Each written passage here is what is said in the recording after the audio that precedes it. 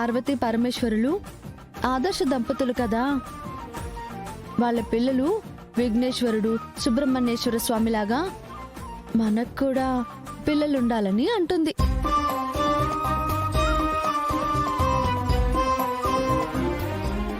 శ్రీవల్లి పెళ్లి గురించి మాట్లాడడానికి వచ్చాం. పిల్లల గురించి మాట్లాడతావేంటమ్మా?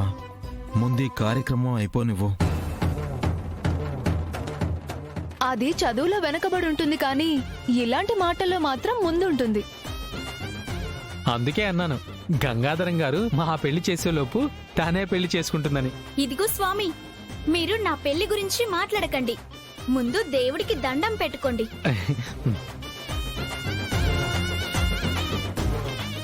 అమ్మాయి అబ్బాయి జాతకాలు ఇవ్వండి, పూజ జరిపిస్తాను. ఇదిగోండి.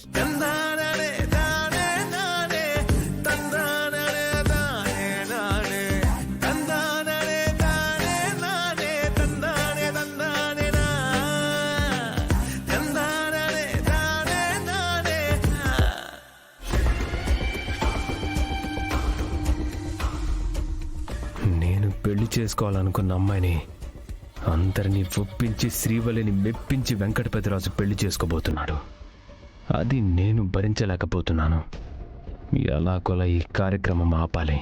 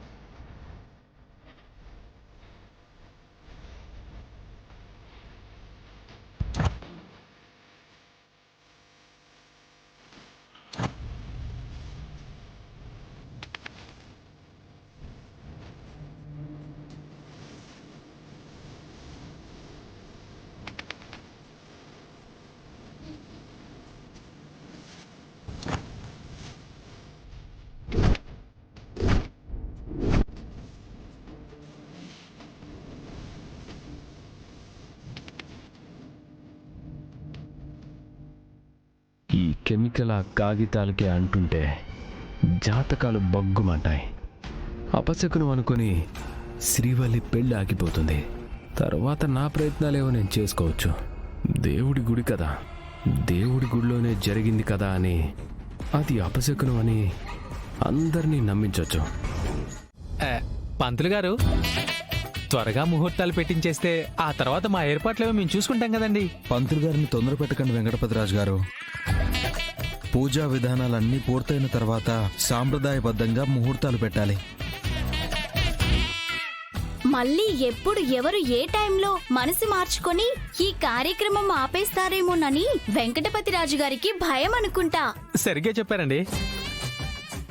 ఒకసారి ఆగిపోతేనే ఇంత ఆలస్యం అయిపోయింది. ఇప్పుడు ఆగిపోతే ఇంకా బ్రహ్మచర్యమే.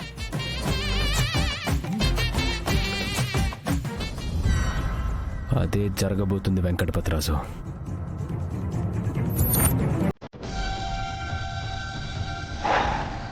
అయ్యయ్యో, జాతకాలు తగలబడుతున్నాయి.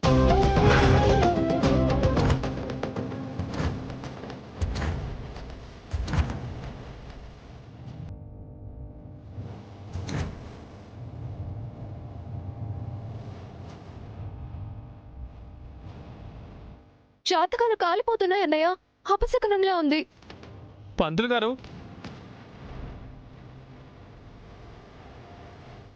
ఇలాంటిది ఏదైనా జరగొచ్చనే తొందర పెట్టానండి. అనుకున్నట్టుగానే జరిగింది. ఏంటన్నయ్య ఇది? శుభమా అని పెళ్లి ముహూర్తం పెట్టించే టైంలో ఇలా జరిగింది. నాకు తెలిసి వీళ్ళ పెళ్లి జరగడం ఆ దేవుడికి కూడా ఇష్టం లేదనుకుంటా.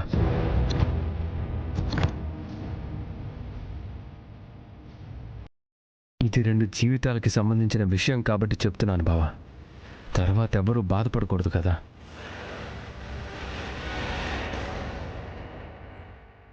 అలాంటిదేం జరగదు పంతులు గారు. ఇలాంటి అపశృతి జరిగినప్పుడు పరిహారంగా ఏదైనా పూజ జరిపించాలా చెప్పండి, అలాగే చేస్తాం.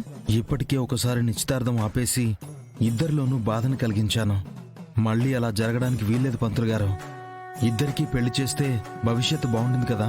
జన్మరాశుల ప్రకారం చూసుకుంటే ఇద్దరి దాంపత్య జీవితం సాగించడానికి ఎలాంటి లోటుపాట్లు లేవు.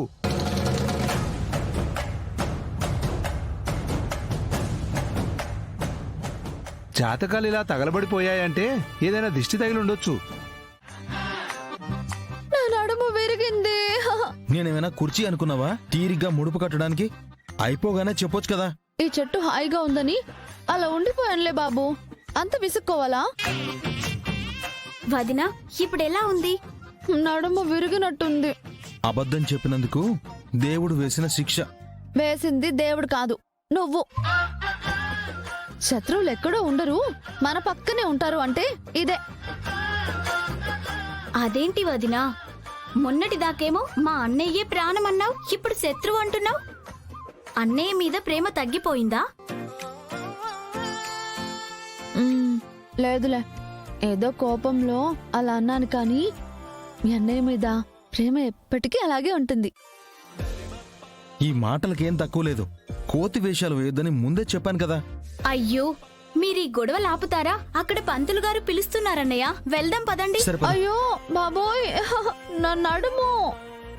ఏంటి ఇంకో డ్రామా మొదలు పెట్టావా?